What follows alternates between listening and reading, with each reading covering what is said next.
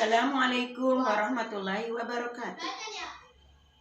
Perkenalkan, nama saya Omas Mas Pupah dari Universitas Pancasakti Bekasi, Kampus D, Prodi PAUD, semester konversi.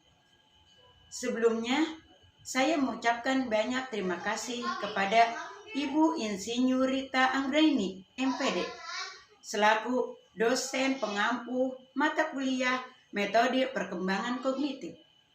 Kali ini saya ingin menyelesaikan tugas ujian akhir semester dengan materi manfaat taksonomi Bloom. Baiklah, kita simak pemaparannya. Pengertian taksonomi Bloom. Taksonomi berasal dari bahasa Yunani, teks, yang berarti pengaturan, dan nomos, yang berarti ilmu pengetahuan. Taksonomi adalah sistem klasifikasi atau pengelompokan. Singkatnya, taksonomi adalah ilmu yang mempelajari tentang klasifikasi yang berdasarkan data penelitian ilmiah mengenai hal-hal yang dikelompokkan atau digolongkan dalam sistematika. Adapun sejarah taksonomi Bloom, sejarah taksonomi Bloom bermula ketika awal tahun 1950-an dalam konferensi Asosiasi Psikolog Amerika. Bloom dan kawan-kawan mengemukakan bahwa dari evaluasi hasil belajar yang banyak disusun di sekolah, ternyata presentasi terbanyak butir soal yang diajukan hanya meminta siswa untuk mengutarakan hafalan mereka. Konferensi tersebut merupakan lanjutan dari konferensi yang dilakukan pada tahun 1948. Menurut Bloom, hafalan sebenarnya merupakan tingkat terendah dalam kemampuan berpikir. Masih banyak level lain yang telah tinggi yang baru dicapai agar proses pembelajaran dapat menghasilkan siswa yang kompeten di bidangnya. Akhirnya pada tahun 1956,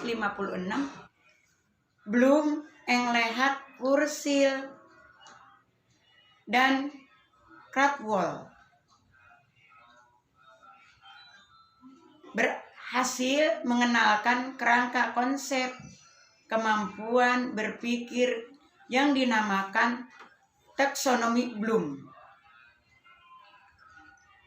Tujuan taksonomi Bloom.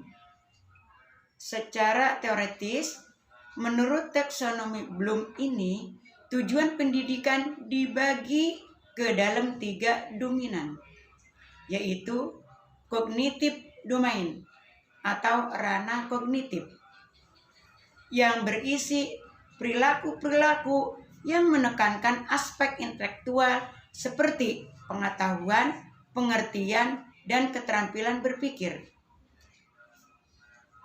Affective domain atau ranah afektif berisi perilaku-perilaku yang menekankan aspek perasaan dan emosi seperti minat, sikap, apresiasi, dan cara menyesuaikan diri. Psikomotor domain atau ranah psikomotor berisi perilaku-perilaku yang menekankan aspek keterampilan motorik seperti tulisan tangan, mengetik, berenang, dan mengoperasikan mesin. Ranah kognitif. Menurut Bloom, segala upaya yang menyangkut aktivitas otak adalah termasuk dalam ranah kognitif. Dalam ranah kognitif itu terdapat 6 jenjang proses berpikir. Mulai dari jenjang terendah sampai jenjang yang tertinggi, antara lain pengetahuan. 1. Pada level atau tingkatan terendah ini dimaksudkan sebagai kemampuan mengingat kembali materi yang telah dipelajari. Contoh, menyatakan kebijakan. 2. Pada level atau tingkatan kedua ini, pemahaman diartikan sebagai kemampuan memahami materi tertentu. Contoh, menuliskan kembali atau merangkum materi pelajaran. 3. Penerapan. Pada level atau tingkat 3 ini, aplikasi dimaksudkan sebagai kemampuan untuk menerapkan informasi dalam situasi nyata atau kemampuan menggunakan konsep dalam praktek atau situasi yang baru. Contoh, menggunakan pedoman atau aturan dalam menghitung gaji pegawai. Analisa. Analisa adalah kategori atau tingkatan keempat dalam taksonomi Bloom tentang ranah atau dominan kognitif. Analisis merupakan kemampuan menguraikan suatu materi menjadi bagian-bagiannya. Contoh, menganalisa penyebab meningkatnya harga pokok penjualan dalam laporan keuangan dengan memisahkan komponen-komponennya. Sintesis. Level kelima adalah sintesis yang dimaknai sebagai kemampuan untuk memproduksi. Contoh, menyusun kurikulum dengan mengintegrasikan pendapat dan materi dari beberapa sumber. Evaluasi. Level ke-6 dari taksonomi Bloom pada ranah kognitif adalah evaluasi. Kemampuan melakukan evaluasi diartikan sebagai kemampuan menilai manfaat suatu benda atau hal untuk tujuan tertentu berdasarkan kriteria yang jelas. Contoh, membandingkan hasil ujian siswa dengan kunci jawaban. Ranah afektif. Ranah afektif mencakup segala sesuatu yang terkait dengan emosi, misalnya perasaan, nilai, penghargaan, semangat minat, motivasi, dan sikap. 5 kategori ranah ini diurutkan nilai dari perilaku yang sederhana hingga yang paling kompleks. Penerimaan mengacu kepada kemampuan memperhatikan dan memberikan respon terhadap stimulasi yang tepat. Penerimaan merupakan tingkat hasil belajar terendah dalam dominan afektif dan kemampuan untuk menunjukkan atensi dan penghargaan terhadap orang lain. Contoh, mendengar pendapat orang lain, mengingat nama seseorang. Responsif. 1 tingkat di atas penerimaan dalam hal ini, siswa menjadi terlebih secara afektif, menjadi peserta dan tertarik. Kemampuan berpartisipasi aktif dalam pembelajaran dan selalu termotivasi untuk segala beraksi dan mengambil tindakan atas suatu kejadian. Contoh, berpartisipasi dalam diskusi kelas. Nilai yang dianut mengacu kepada nilai atau pentingnya kita menterikatkan diri pada objek atau kejadian tertentu dengan reaksi-reaksi seperti menerima, menolak, atau tidak menghiraukan. Contoh, mengusulkan kegiatan korporasi, sosial, responsibility sesuai dengan nilai yang berlaku dan komitmen perusahaan.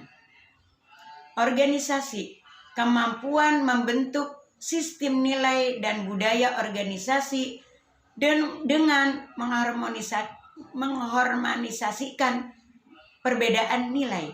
Contoh, menyepakati dan mentaati etika profesi, mengakui perlunya keseimbangan antara kebebasan dan tanggung jawab.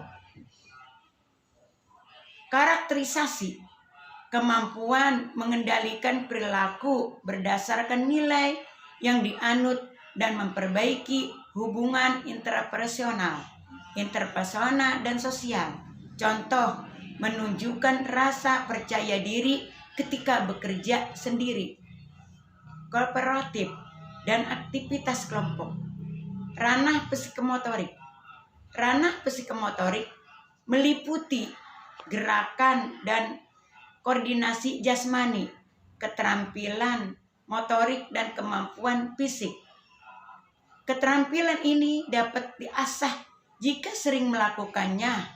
Perkembangannya tersebut dapat diukur sudut kecepatan, ketepatan, jarak, cara teknik, pelaksanaan.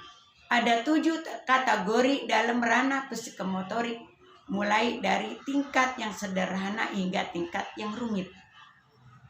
Peniruan terjadi ketika siswa mengamati sesuatu gerakan, mulai memberi respon serupa dengan yang diamati, mengurangi koordinasi dan kontrol otot-otot saraf.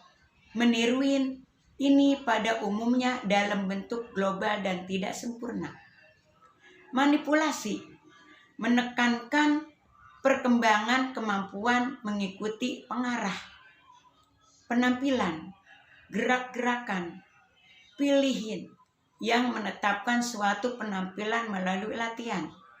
Pada tingkat ini, siswa menampilkan suatu menurut petunjuk-petunjuk, tidak hanya meniru tingkah laku saja. Ketetapan memerlukan kecermatan, proporsi, dan kepastian yang lebih tinggi dalam menampilkan respon-respon lebih terkoreksi, dan kesalahan-kesalahan dibatasi sampai pada tingkat minimum.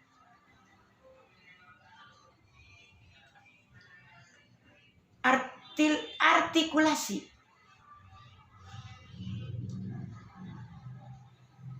menekankan koordinasi suatu rangkaian gerakan dengan membuat urutan yang tepat dan mencapai yang diharapkan, atau konsistensi internal di antara gerakan gerak yang berbeda.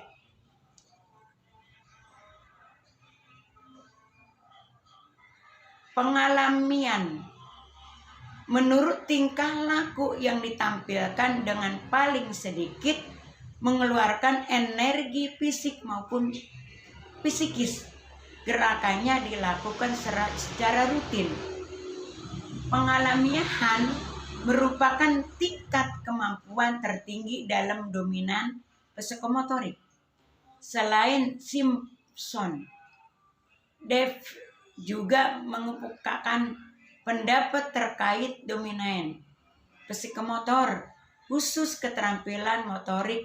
Davey 1967 membaginya dalam 5 jenjang, yaitu peniruan, penggunaan, ketepatan, perangkaian, dan naturalisasi. Klasifikasi ranah psikomotor dijabarkan sebagai berikut. 1.